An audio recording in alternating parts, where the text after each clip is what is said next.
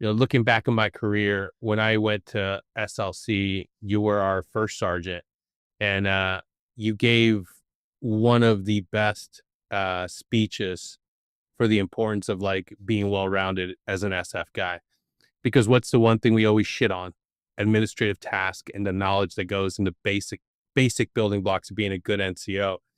And you know, I always talk about my first senior friggin' little Bill, dude was like one of the greatest NCOs because he knew the basics. Like you got to do the tactical shit, you got to do the cool guy shit, but you got to do the paperwork. If you don't know how to do the administrative shit, like none of that stuff matters when you become like a leader on a team. Because how are you going to get them out there to go do the cool stuff?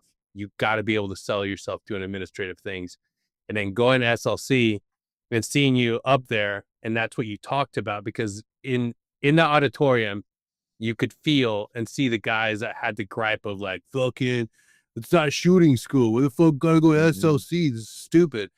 And it's like you come up there and there's Big Chuck, fucking barrel chested freedom fighter, combat proven leader telling you like, nah, dudes, you can go out there and shoot all day and be cool and have the combat hero stuff, but you're not gonna get to where I'm at unless you sit down and you focus on the basics and you're good at it. And all of us at that point remembered like finally like, oh shit, yeah, we're supposed to be masters of the basics. So today, man, I want to dive into your story, not just the cool guy hero stuff that we see on YouTube, but how did Chuck even find himself in that frame of mind where he's like, I'm going to be a Green Beret. I'm going to go after this. Well, first of all, let me start off like, yeah, I was up at SLC as the first sergeant saying that stuff, fully knowing that when I was a young E7, I was the exact same way. I'm just up there being a hypocrite, right? Because I'm like, fuck, this is all stupid and I'm wasting my time. Now, when I went to SLC, it was like a 4-month long course too. So I was Yeah. like, but I think that's one of the things we need to learn in life. If you're not being a hypocrite, you're probably not doing it right, because you should learn and like, damn, now I got to tell my kid not to do the exact same things I was doing, right? And my kid called me out on it like not too long ago. I was yelling at him about his grades, and he found all my report cards in the attic, right? My report cards are not good. He was like, "What the?" He's like, "Man, did you pass anything?" He's like, "How are you yelling at me?" I'm like, "Look, man, like, yeah, I get to be a hypocrite right now because you're way smarter than I was, for one, and two, like, I should have applied myself. Like right now, I'm finishing up college. I'm like, man, if I would have applied myself in school, like why am I so ignorant? Like I shouldn't be this stupid at this stage of my life, but it's cool. But yeah, I think it's cool. Like standing up at SLC telling everybody exactly like, I know you guys are exactly like I was, and you're a pain in the ass, and you don't care about this stuff. But anyway, so Yeah. sorry to take that, derail that from the No, that's perfect though. That's the truth. Like you have to be willing to sit up there and know that like, I know you little assholes. I know I was right there, but damn it, if you just apply yourself, you will be up here. You'll be able to do this. And you're right. Like sometimes it means having to understand like, I hated doing this shit too, but it's good for you. Take your yeah, medicine. Yeah. right. It's important, right? Like I mean, I've always been a guy about the basics. Like I think my young infantry career in Hawaii set me up for success because I was a turd coming in, and I had to read a lot of doctrine to where I could like just quote like FM 7-8, which is the infantry Bible, basically. Now it's 321-8 and dash 10, but it kind of instilled into me like, hey, you can be this barrel chested freedom fighter all you want, but the reality is you also have to have the theoretical understanding of and be able to visualize it. So as a leader, when you're applying it, you can do the thing, but then you can also, did I give you guys the chess speech at SLC? I might not have created that yet, but you got to go from being that chess piece and being really good at your individual job to being that chess player, to where you understand how everything moves, and eventually become that chess master to where you can do the thing, but you also understand the backside of it and how everything, even all the stupidity that goes with it, like how that functions, so you can just put it all together and it's flawless. Yeah. And you get to embarrass officers because they generally don't know what the hell they're talking about. They can say the buzzwords, but you're like, no, let's actually get deep into that, right? So that's always a good reason to know what you're talking about too. Just like, all right, let me embarrass this major in front of his boss because he's saying the words, but let's see if he knows what the words mean. Like, God damn it, Chuck. Don't make me look bad. Right. And people didn't like that. I'd come in with this binder full of like my little binder all tabbed out and highlighted. Like, shit, here comes Chuck with all the regulations and all the rules, and he's going to use these as a weapon. Like, yeah, that's why they're Yeah. there. I don't have to be constrained Exactly. by them, but I'm going to use them to support my cause. Like, hey, I need this $100,000, and I'm not making this up. It's just this is what the Army says. Like, I think it's dumb to go down and hang out for 3 weeks in Florida and get on boats and be out in the sun and do this stuff. But you've asked me to do this. This is what the Army says it takes. So I don't know. I need this much money, this much ammo. And that's something that I've realized that all the best NCOs do. They utilize the system. Hey, this is the system. Yeah. You wrote it, guy. Yeah, I didn't make the rules. I'm just trying to follow the rules. You can't get mad at me for that, right? Like, I'm just trying to be a man of good character and rule abiding citizen. Oh man, and it's funny the progression from young NCO and special operations to senior NCO. Like it's not easy. There's always a few guys that have this big like I had great friends that loved being a junior. They didn't want to take on the responsibility of leadership, which means Yeah, they're right. And there's no shame in that, right? yeah. Just do that. There's no shame in that, man. I would love to have stayed in East. Like now looking back on my career, like how cool would it have been if you just stayed in E6 your entire career? That'd be awesome. Like you don't realize like a lot of this responsibility is not that much fun. When you're down there and all you got to worry about is your shit right? And performing, that's pretty cool, right? And how did you find that? Like, how did you find the success in moving up and upgrading, if you will? Like, how did you go through that transition of like, fuck, like, it's not all sunshine, lollipops, and rainbows. Now I have to like go down to like staff sections, and now I have to be a leader within the nerd culture, Yeah. if you will. I actually like that kind of stuff because I'm a nerd at heart, right? Like if you looked over here at my model collection with Warhammer 40K, it's I like was gonna huge. say, And I follow you on Twitter. right. And I do a lot of reading, and even to this day, even though I'm 3 months out from retiring, I still read doctrine on the shitter, right? Like it's I like to stay in touch with what we're doing because like when I'm reading online or thinking about things, I like to understand the kind of backside of it. But I wouldn't say I was truly successful, right? I never made command sergeant major, right? I tried out one time, and I went in there like with this huge ego, where I was like, because I didn't Ugh. try out. I was going to get out, and I had a bunch of surgeries, a back fusion, and I knew I had to get my hips replaced. I'm like, I'm not going to be able to perform at the level it takes of a CSM. But then when I got my back fusion, I was like, I just took an ACFT. I feel pretty good. I'm going to submit for this board. Man, I got 3 Valor Awards. I got 3 Purple Hearts. I've got great NCO. I'm a shoe in, right? And then the board results came out, and I wasn't on them. I was like, oh shit. So I talked to some people that were on that board, and they're like, look, Chuck, it's it's not really like what you've done. He's like, but your personality is not as such that it's viewed that you'd be a good organizational level leader at these levels. And at first I was pretty pissed off about it. But I thought I was like, no, they're absolutely correct. And I'm fine with that. And if I'm gonna be a CSM, I need to change some things.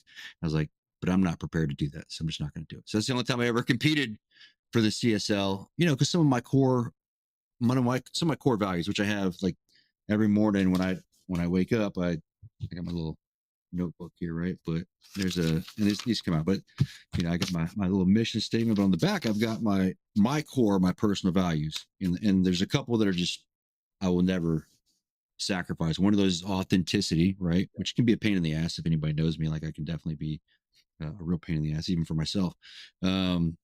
Humor, right? I'm never going to sacrifice that. I think that you can have a great time. You can do your job really well and still, have a great time doing it. People hate that. They're like, joke, not everything's a joke. Okay, well, can you give me an example where the humor like actually stopped some excellence? Well, no, but I just don't like it. Okay, well, that's a fucking personal problem. Right? Like, Yeah, too many I'm people not. get wrapped around the axle trying to be serious and everything. And if you look back at our soft DNA, at the worst moments in our career, I'm sure you experienced it. In a firefight, you're hurt or somebody's hurt. We've always interjected a little bit of humor. It Yeah, brings you you back. have to, right? Especially when you think you're about to die. You're like, oh well, I might as well go out with a smile on my face, right? But the last one that's non-negotiable for me is personal courage, right? It's an Army value. I think a lot of senior leaders like say some of the Army values, but they wouldn't know personal courage and duty and stuff like that if it bit them in the ass. But that's a real thing for me. And the way I live my life on the battlefield, I've got Valor Awards and Purple Hearts for making some decisions that obviously got me shot. I think they were the right decisions. But I live my life back here too. Like I fully believe that you need to be willing to sacrifice everything and burn in for what you believe is right, regardless of the consequences, right? And sometimes that's making decisions as a leader to where you're putting yourself in the line of fire. You're doing something that could be risky, but if it's the right thing to do, that's fine, man. I can, my deathbed, I can be like, man, I didn't make the right decision there, but at least I kept my career. Like, and I'm not going to be fulfilled there, but I'm like, man, I lost my career, but that decision was the right decision, right? And it took a little bit of personal courage. No, that's how I'm going to be fulfilled. So I think that's yeah, that's important. And then you add some humor. And I learned early in my SF career and Robin Sage that humor helps the team too, right? I remember Yes. Robin Sage, we all been there. Man, it was a ridiculous movement. We got blown out of our fire base. And man, we were so tired. And the cadre made us like take all the pots and pans and shit too. So it was like 120-pound packs. And he made us take this G that I don't know where this G came from, but he'd been pissing the cadre off. So he made us walk with this dude, and he made him take the M60. And this dude had already had an AD in this farmer's field at 2 o'clock in the morning. So the lights came on, there was like people coming out with shotguns and stuff. We're like, crazy. Like, and it was just a bad night. And we hit this electric fence, and I was the lead guy, and I came up this electric fence, and I didn't know it was electric with my ruck. And I hit the electric fence, and it shocked me. And then my ruck was on the other side. I'm like, son of a bitch. And I'm so demoralized. And everybody's like, man, we got to go miles around this electric fence. And I was like, no, we're going to go over it, right? It's going to suck. I'm not going to cut it. But we just sat down in the rucksack flop, and I started singing the Titanic theme song, the near, far, right? And then everybody started singing it. And for some reason, that boosted everybody's mood. And we got up, and then we had like the actual rest of the trip was great, all because we just went into this other mode of just being silly, man. Like, right. And we got done. That was actually on my intercourse critiques. Like, man, like that was like the defining moment for me. It's like when you started singing the Titanic theme song, we were all like about to quit. And to me, I was like, man, something that simple can, right? Absolutely. Like there's some power there. Yeah. I I think don't even know how we got on that story, but no, that's perfect. And like that's absolutely perfect, because every grunt, every soft guy can identify with that. I touched on that in the 82nd, man. Like, you're doing like an unknown distance movement, and you're sucking, your friends are sucking, and be like, dude, I hear on the other side of this hill, we're going to stop for McDonald's. And like, it just keeps going. Like, yeah, we're gonna stop for McDonald's. We're all gonna get ice cream. It's gonna be an ice cream social. And then, like, before you know it, you forget like all about the suck, and you're having these little moments of like yeah. humor. And growing up, did you always have that? Did you have that ability, like even as a kid when you're going through tough times, to like reflect on what made you laugh, or like try to move forward with humor, or like was that brought in by the military? No, I was always like that. I think that's from my dad. Both my parents are in the military, and when I was younger, I couldn't figure out like I didn't know if my dad was gay or not, because he'd always like make gay jokes and embarrass me like McDonald's, like stuff like that, right? And then now in the military, I was like, okay, just being very inappropriate. That's just the culture. I get it now, but I was always worried about his sanity, and he would do the same things I do now, which my son hates me for, which is, man, I like to just sing around the house. It's horrible singing, but I do it for a couple of reasons. A, it makes me feel good, and B, if there's ever like Russians or Chinese surveilling me, like whoever's assigned to me is going to have some serious mental problems. It's going to cost that state a lot of money for whoever that I is. feel So seen right now, because my wife, I have those moments where I'm doing the same thing, but then I pause and I realize the things that I am saying. I'm like, my wife probably thinks I am insane. I don't know right, how she's still with me. right, yeah. This, but it goes back to like, why would you want to be normal? Normal just means you're boring. You're like that's the average. Like you don't want to. You be in the middle of the bell curve. Maybe you either be impressively bad or impressively good at something. Don't don't be in the middle, right? Whether it's with humor or whatever. I mean, I don't want to be That sounds known for being average. I want to know for like, man, you really sucked at that, which I did in school. I was like the worst like physical specimen you could ever possibly imagine. no Um, shit. oh yeah, I was a little fat.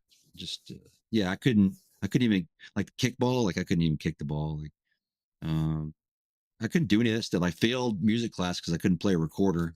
I mean, I failed To be bowling fair, class. I failed that is bowling a hard class in instrument. college.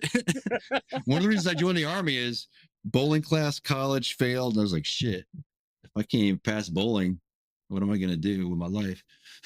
I think I think you have one of the best basic training photos You're ever. right. It's pretty good, right?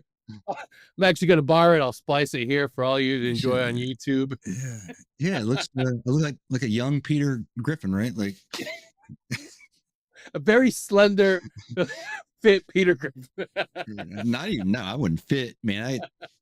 They briefed that first PT test in basic training when they briefed like, hey, you can walk, but it's not recommended, man. I took that to heart. A 24-minute 2-miler. Yeah. It was a 93 or 94 points out of, Oh, possible 300 on my very first PT test. but hey, That was interesting. to be fair, that's pretty impressive. I've never seen somebody take the walk option and succeed. Like I said, either be impressively bad or be impressively good at what you're doing. Like, choose one. Don't choose the middle. Just seeing the guy with the stopwatch as you're Yeah. briskly walking by. Yeah. I mean, my Oh, parents, great. they had a bet in basic training.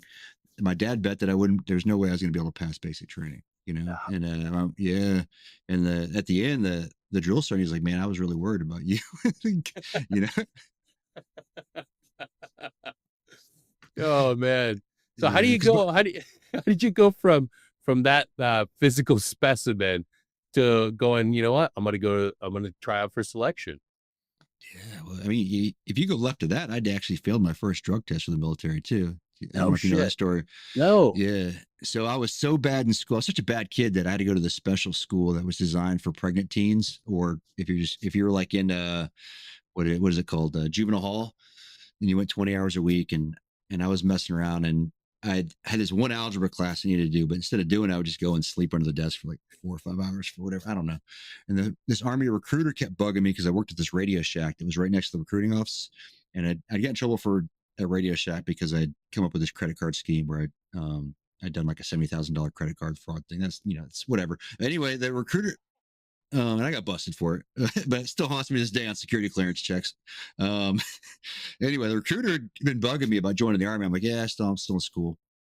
So my parents were making me live in this like fifth wheel mobile home for a week outside because they didn't trust me in the house, and I wasn't allowed in the house when they weren't in town. They were out of town, but me and one of my friends found like an open window, so we snuck in with this huge party that weekend. And this party was epic, man. I got some pictures. It's great. They had these frozen salmon in the freezer. My dad had 3 frozen salmon, and there's just pictures, and like there's us in the hot tub with this fish and all these ladies, and there's a picture of me with the fishing pole, like fishing out of the toilet. And that salmon ended up in the yard the next morning. I cleaned it off and put it back in the freezer, and then my dad cooked it like a week later for some important people, and it was real nasty. And I actually didn't tell him the truth about that until like a couple years before he passed. I'm like, hey, let me clear the air on the salmon issue. But anyway, so through this epic party, I'm cleaning up on a Sunday, and I'm hungover, and all my friends, of course, they didn't help clean up. I get this knock on the door on a Sunday, so I come to the door in my underwear, and I'm all hungover, got a broom or a mop in my hand, I don't know. And it's this recruiter. He's in uniform, and he's like, hey man, you kept saying that you really wanted to join, but you hadn't finished school. I'm like, yeah, it's still the case. He's like, well, check it out. He's like, he had my transcripts and my diploma in his hands. Like, if the school's agreed that you've graduated, all you got to do is go to MEPS with me tomorrow, and you graduated. And I'm like, oh shit, okay. So it's like, I'll see you at 6 o'clock in the morning. So he left, and I called over one of my buddies, like, hey, how much weed do you have? And he's like, why? I was like, I need you to come over right now because I got a drug test I got to take tomorrow that I can't pass. And he's like, man, why would you not want to pass a drug test? This doesn't make any sense. I'm like, man, shut up. It makes sense. Perfect sense if you don't think about it. So that's what I did. Went to MEPS, got my high school diploma, my transcripts. It was like, in my head, it was like 2 days later. But it's probably like the end of the week or the next week where he was like, hey, man, you failed the drug test. Like, you can't join the army. I'm like, oh, that's crazy. I've never done drugs before. I got what I needed. But then, like a year and a half later, when I got my shit together, and I didn't get my shit together at all because I failed bowling class, obviously. And I was like, man, I need to do something. And when I went to actually join the army, I get letters from congressmen, local officials, because I had multiple things. I had the credit card thing, and I had the failed drug test. And And you failed luckily, bowling class. yeah, luckily, I the army accepted me, and I was able to go in the infantry, and they actually gave me my station of choice, and I got a pretty sweet bonus. So that's pretty awesome. Nice. But Yeah. So then, and then my first unit, man, I had some really good leaders that probably should have invested in me, but they at one point I was taking a PT test every week to like, because when I graduated basic, I actually graduated like a two something, like a little bit over 200, which I thought was great in my head. But I signed into my unit, and it's an infantry unit. They're like, bro, you can't have you can't have below a 210 in the infantry. Like this is nasty. You're like, what are you doing? You gotta have like a 270 at least. So they invested in me, maybe do a lot of studying, a shitload of PT, and I got to where I could score 300 on the APFT, and that was pretty awesome. And it was all because people invested in me and took their time to make sure that I didn't continue to be this weird fat Peter Griffin looking dude. All right. That's the one thing that I love about our military. It we kind of forget, but when you get on this side of your journey, you reflect back on all the people that poured into you, and then you realize that even though you might have forgotten or not always paid attention and shared gratitude for it, you did the same thing. Like you pay it forward. Like I've yet to meet, and I know they're out there, but I've yet to meet an NCO that didn't pay it forward and didn't pour into the guys that he was leading. And that's Mhm. the beauty of it. Those lessons stick with you. And for a lot of us, like if you didn't have a family or support structure before the military, that becomes your way of like being mentored for the first time and like learning like, oh shit, like this is Yeah. how you care about somebody, you pour into them. And it's not lost on me the amount of amazing leaders I had in SF that even though like I had plenty of time to develop everything in 80 seconds, they still poured their time and did a lot to help me succeed. And now that you're on this side of your journey, when you're looking back, like does it hit you the amount of influence and the amount the impact you've had on our regiment? Because just like me, just like I shared earlier, that little story of like seeing you, there are hundreds, if not thousands, of Green Berets that have interacted with you and have been able to take away just a little bit from what you have to offer as a leader. It's always interesting. I live my life to have a positive impact. There are many that like to twist that. They're like, oh, look at Chuck being an influencer, like, or trying to be an influence. Like, it's like, man, I'm trying to have a positive influence or be a positive influence as many people as I can daily. And if that's a problem to you, like maybe you need to evaluate, like, why would you not want to do that? And yeah, it's I don't know. I think it's pretty cool. People just reach out to me out of the blue all the time, like, hey, you know, this happened at this point in time, it made me think differently. Like, can you share something else with me? Like the other day when somebody I haven't heard from in a while has been Somali reached out to me. He's like, hey, I'm moving over to S3 sergeant major position. Can you help me? Like, what doctrine do I need to be read up on before I get there? It's like, man, when you get back, man, we'll actually make you a whole book on exactly what you need to be smart on. But stuff like that, I think it's just cool that you gotta have the right impact. I'm not trying to be like, hey man, you gotta like have grit, because I don't believe in that. Like I'm not a dude waking up at 4:30 every day just having grit. I think it's important, right? But being smart is probably being intelligent and intentional in what you're doing is probably a little bit more, important. But it's it's cool when you see it play out and those people that you invested some time in are successful too. That's in fact, there's a team starting right now in my old company. He was my engineer.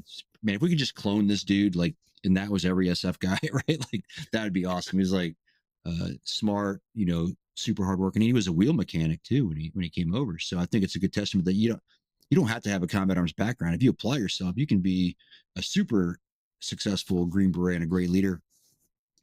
But watching him be successful in his current job is awesome. Uh, Yeah.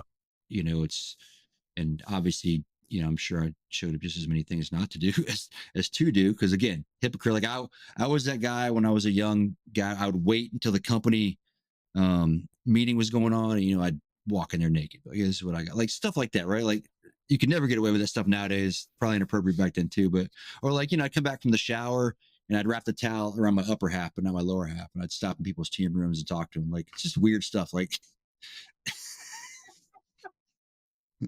this was a long, long time ago. There was no females in the units back then, but still, right? You could.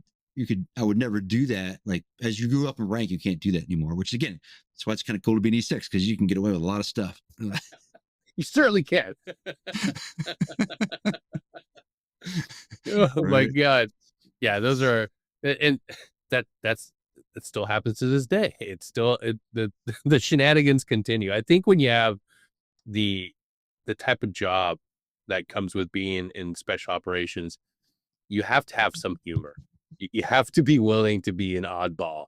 I have not met a Green Beret that doesn't enjoy good humor and has that exact like sense of humor of just walking in naked into another team room.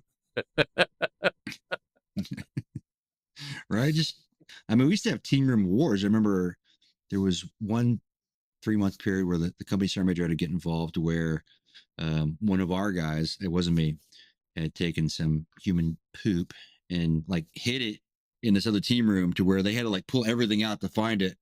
So in retaliation, that team put a bunch of raw chicken breast behind our fridge on the coils, which ended up catching on fire and almost burning the because it shorted out the fridge. And then so the sergeant major's getting pissed, and then I'm a new guy at the time, and we just stood up as a mountain team, and there's all this mountain stuff on the floor. And I look over at the door, and it was two doors. There was like this nozzle that shot in, and like one of the other team members was spraying bear spray through there, like into the team room, right? And it got all over the ropes and everything. It's all over the floor.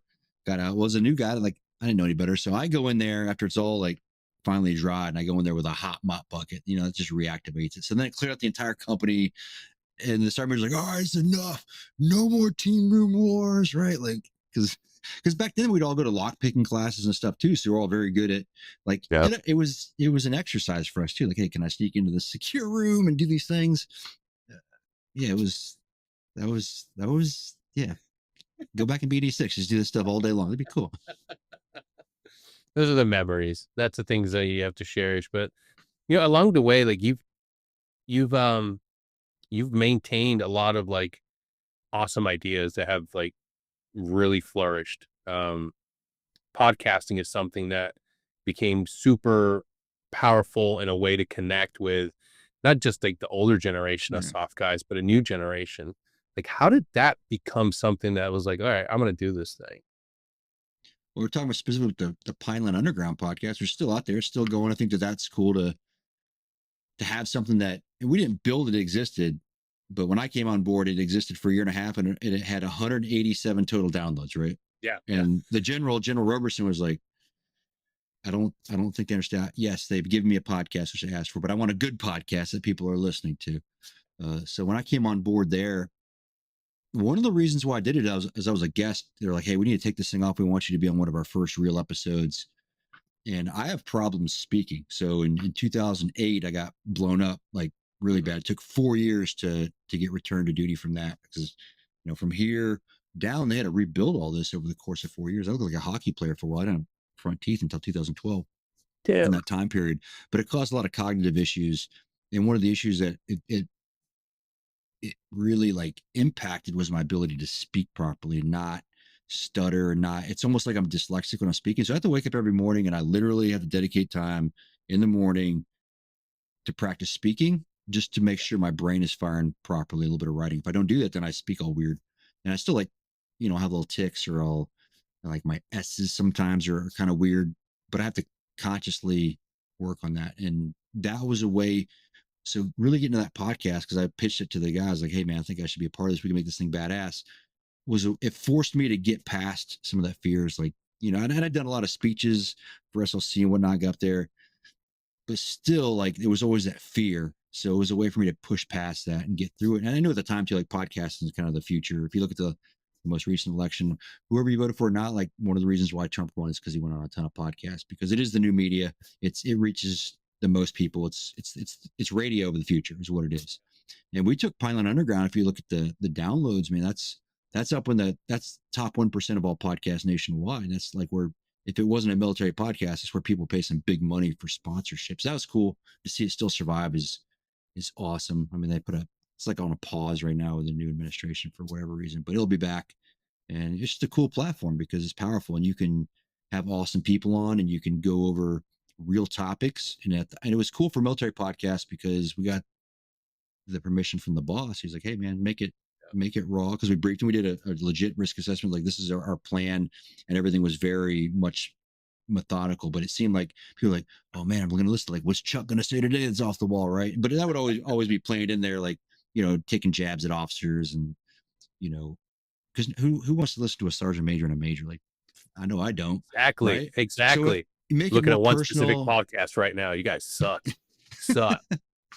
Four Right. thumbs down.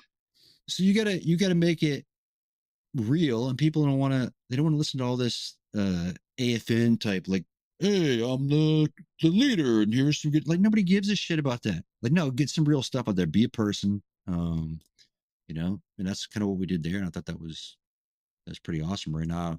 And now I get to executive produce a new podcast, which we just released our 8th episode Oh, for no Objective shit. Arete. Yeah, the most recent one has the head mental performance person for the Philadelphia Phillies on there. She's on our board of advisors, and she's great.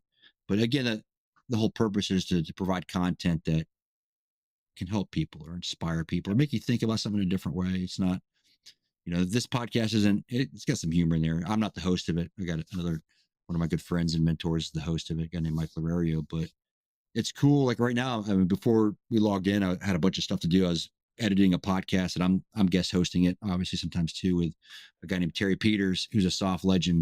And it's just cool to do it, right? And then you're putting out something, and then I'm sure you see it, man. You get that good feedback from somebody like, "Hey, man, I really appreciated that," or "It made me think about this." And you're like, "Okay, well, that's all I need, right? I don't need to make money from it or anything." But when you get at least just one or two people that come back with something positive about how it impacted them in some way. I mean, how cool is that? How cool is that when it comes your way, like, right? Like, Yeah. The greatest thing about this whole journey is, like I've said it before, I found a way to make this my 9 to 5. And I don't need to generate a single dollar from this. And I will do this whether I have to do it in a cardboard box at the back of a bread van. I will continue doing this for exactly that same reason. On this show, we dive in and we talk about some real things that can be of service to others. And when you get that message from somebody saying, hey, man, I was on the brink of doing something stupid, yeah, and having your guests talk about what they went through showed me that I can go through it and I can get help. Thank you. Or like I always give out my email. Friggin' people know how to get a hold of me, and they're like, "Hey, how do I get to Lower Ridge?" I got you all day, bro. Here we go. Like, we forget that it's not always this giant mechanism. Sometimes it's as simple as being able to send a meme, be a real person on the phone, and text back a message of support. Like, at the end of the day, that's how we got through some of the worst times. Like, and people need to understand that this medium is perfect for that. I don't know where it's gonna go. I'm excited for doing this every single day. And I think more of us, our type of people, need to be involved in this. Need to find a way to get their message out, because we've always been great communicators. Not just our 18 Echoes. You guys are great. But every Green Beret has a way of sitting down and breaking bread with somebody and making them feel better, making them understand that they have everything they need within them. Just like you did on those talks we had at SLC. We see the potential in people, and we're able to help them see it for themselves. And now more than ever, in this country that's still greatly divided, we need some positivity. And if it comes with some poop and cum jokes, then even better, because that's what gets the people going.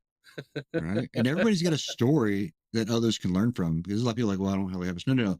You've had some kind of failure in your life, or you stepped in your crank, you've done something stupid, or you've learned from somebody else not to do something stupid, where you have a story tied to that, to where you can share that and help somebody else. Everybody does. Yeah. Like, that's why with, Objective Arte, we've got the Arte Journal, and we publish content that's exactly that. And I think that writing is a good medium too, and podcasts are a Yes. good medium to reflect on yourself. You learn more about you as you're learning about other people, and it's just a great thing to get in, and just afterwards you're like, I don't know about you, but I'll do a podcast and it's almost like I blacked out, and I'll go back and listen to it. You're like, holy crap, like, I don't remember saying into this, but it's almost like you're learning from yourself at that point too. You're like, okay, let me think about that for a minute. So it's good. I think it's good for self-awareness, but the reality too is, as we get older, right? I might not be able to physically perform. Like right now, I'm training up for the JFK 50 miler. I'm going to take every services PT test in December, Oh even though shit. I just had my 34th surgery. But as I get older, I'm not going to be able to do that. But you know what I can Yep. always probably do? I can probably always get on a podcast. I can probably always write, Yes. right? Until the day I die, I can probably do those things, at least attempt it. And even if it's just sharing, like, hey guys, like, here's all the stuff I did that you probably shouldn't do. So please live vicariously through my failures and stupidity and trying to do these things, whatever it might be.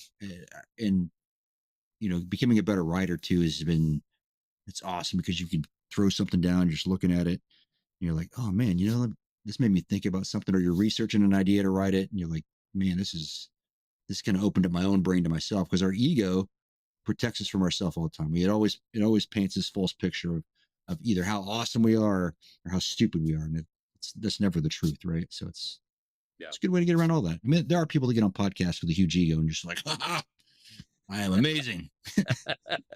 I'm the greatest operator that ever lived. Let's just get that out of the way. Chuck's not that important. It's literally just for me. Yeah, it puts a bad taste in everybody's mouth when you get somebody from a soft background that jumps on and makes it about themselves.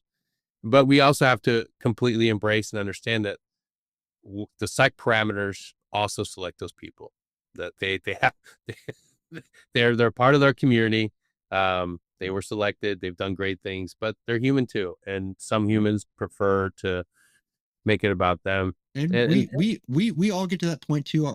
Our egos, even both me and you, like, they get in our way a lot, right? You're like, man, I'm pretty awesome right now. And then you're like, I think every soft operator needs a good ego check at least once a quarter or more, to be like, hey man, stop huffing your own oxygen. Like, you're just a dude, man. Just stop. That's why everybody needs a podcast and a social media account. Go in those comments and humble yourself. Right? Yeah. I mean, you gotta pump yourself up too, right? Like, you just look in the mirror like, damn, my hair looks fabulous today, or that's great. And then you remind yourself like, okay, but I'm also just a human. I'm a dumbass. Okay, let's move on. Just a dude. Just a dude. And I'm gonna be wrong. I'm probably often wrong. It's probably gonna take somebody else to point that out. But then I gotta have, like, and this is what happens. Somebody points it out, and you're like, man, fuck that person. And you think about it, you're like, yeah, they're right. Those are great moments too, though. Those are great moments that you can sit back and say, okay, I got too far ahead of myself. Like, I still have to be humble, and that's the beauty of life. Like, unless though with your spouse or like your girlfriend, like, no, because you'll sit there like, man, I know I'm wrong, but I'm gonna dig in, right?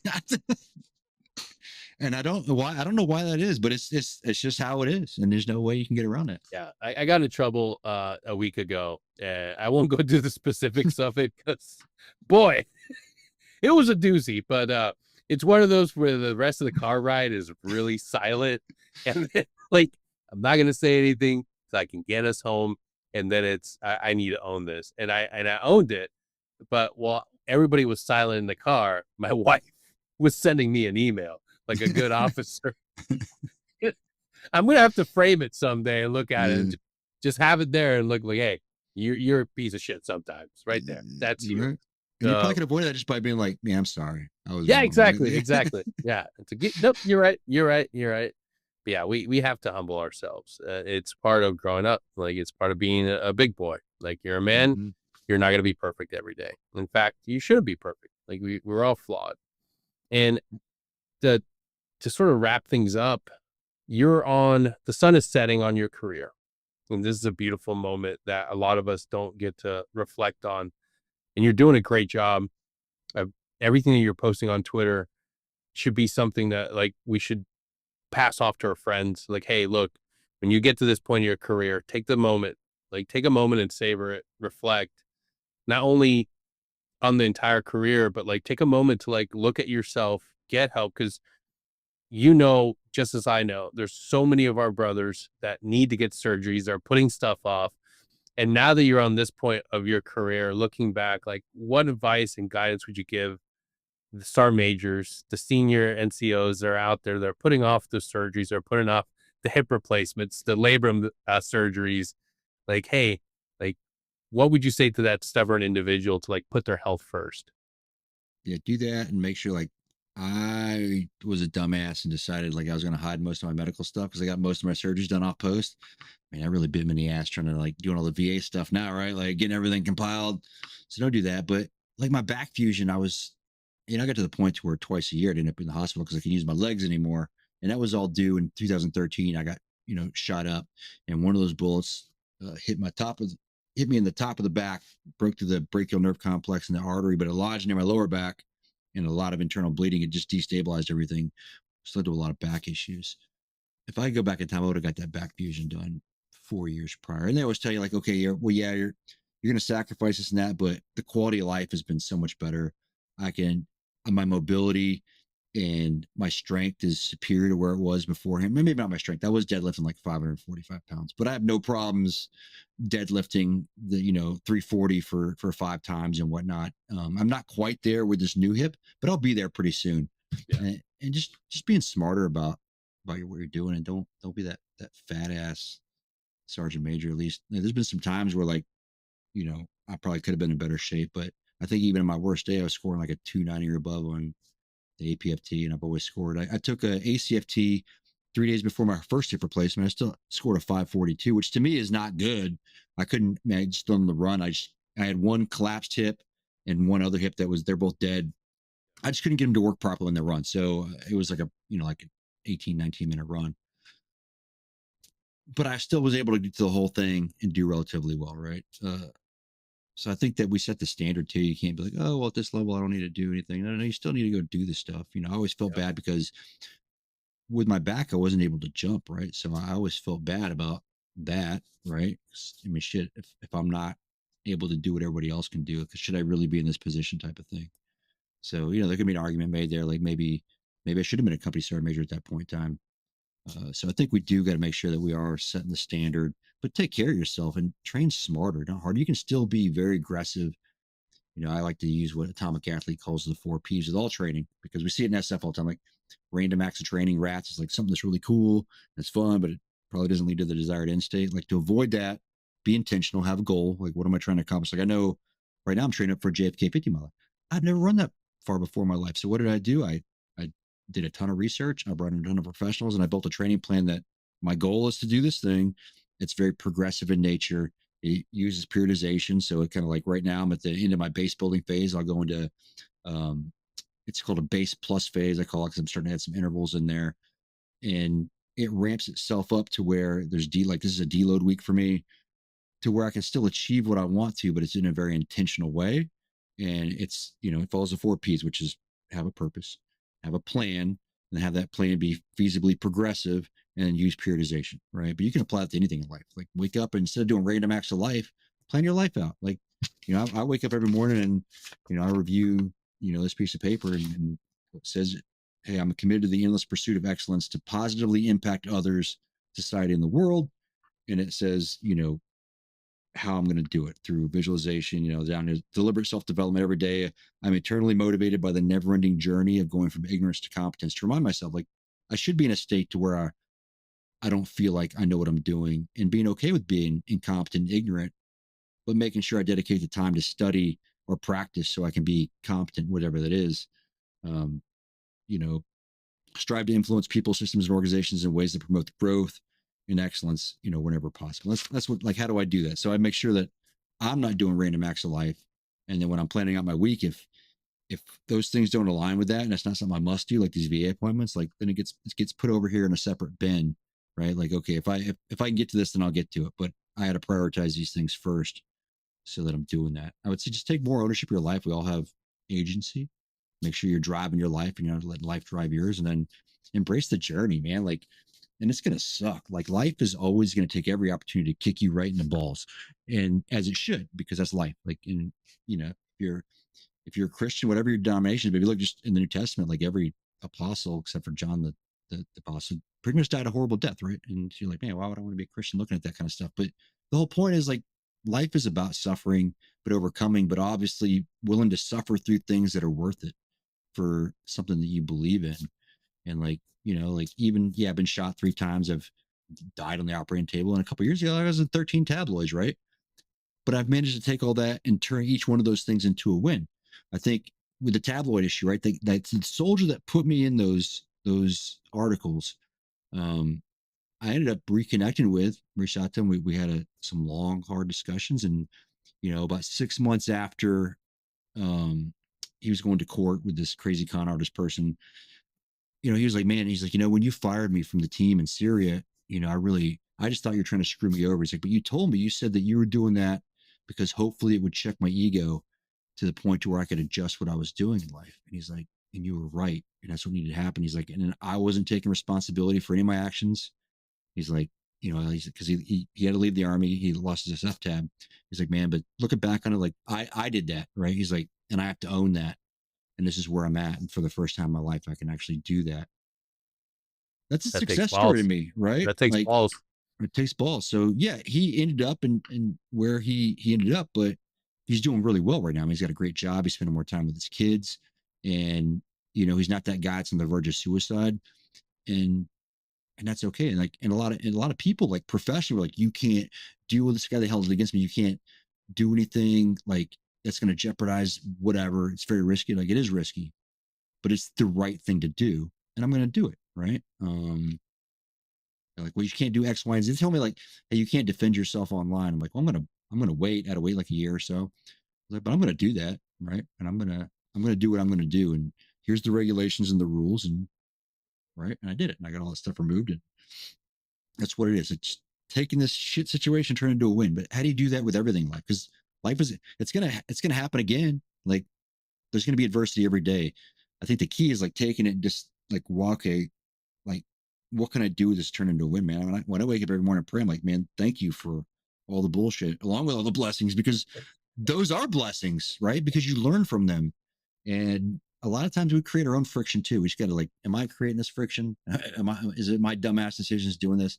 And again, as a hypocrite, like I've done, shit in my life that I'm shameful for, like that I was like, oh man, I could hurt that person, did this.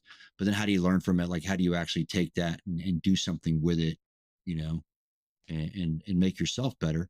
I think like take that time to invest in yourself so you can be a more valuable human being to where you can actually be selfless. So when you're investing in others, you're actually worth the shit. So yeah, it's kind of like sum it up, like, look at everything you've done, be honest with your own mistakes, right? We got to own our shit, which is hard for all of us because our ego gets in the way. We all have ego. It's ego is healthy. Ego is just sense of self-worth.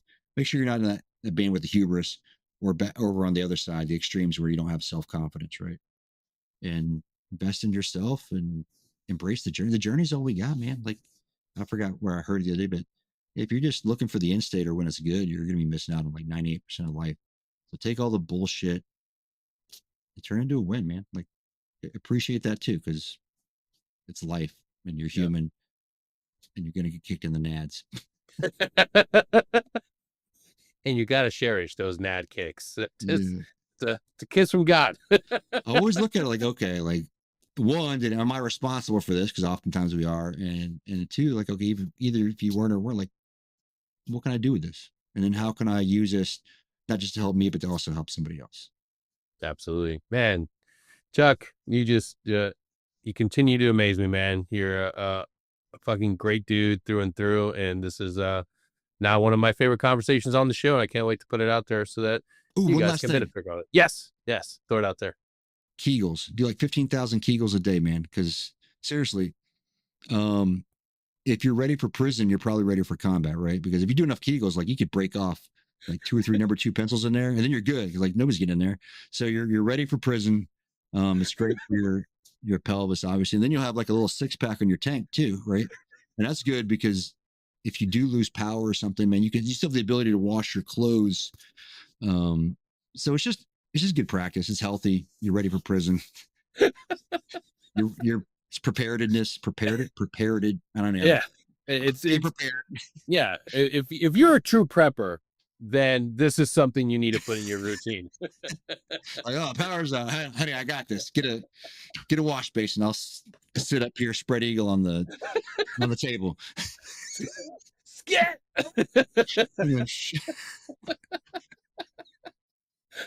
My God, your tone.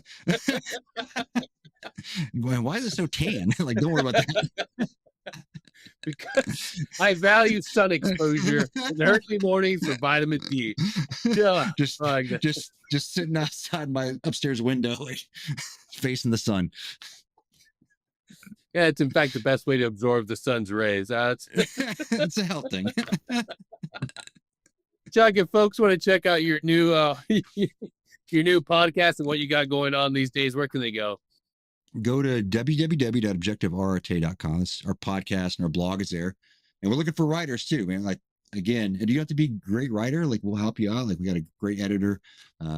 You know, if you got a message, man, let's put it out there. And our realms are on there: spiritual, mental, physical, like even financial stuff like that's all in there.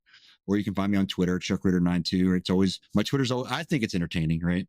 It's primo. I can attest. It's chef's kiss. Right. But if you go on our website too, send me a message. You get a contact. I'll go directly to one of the emails I check, and help us to create a better product. Our mission is to have a positive impact on the next generation.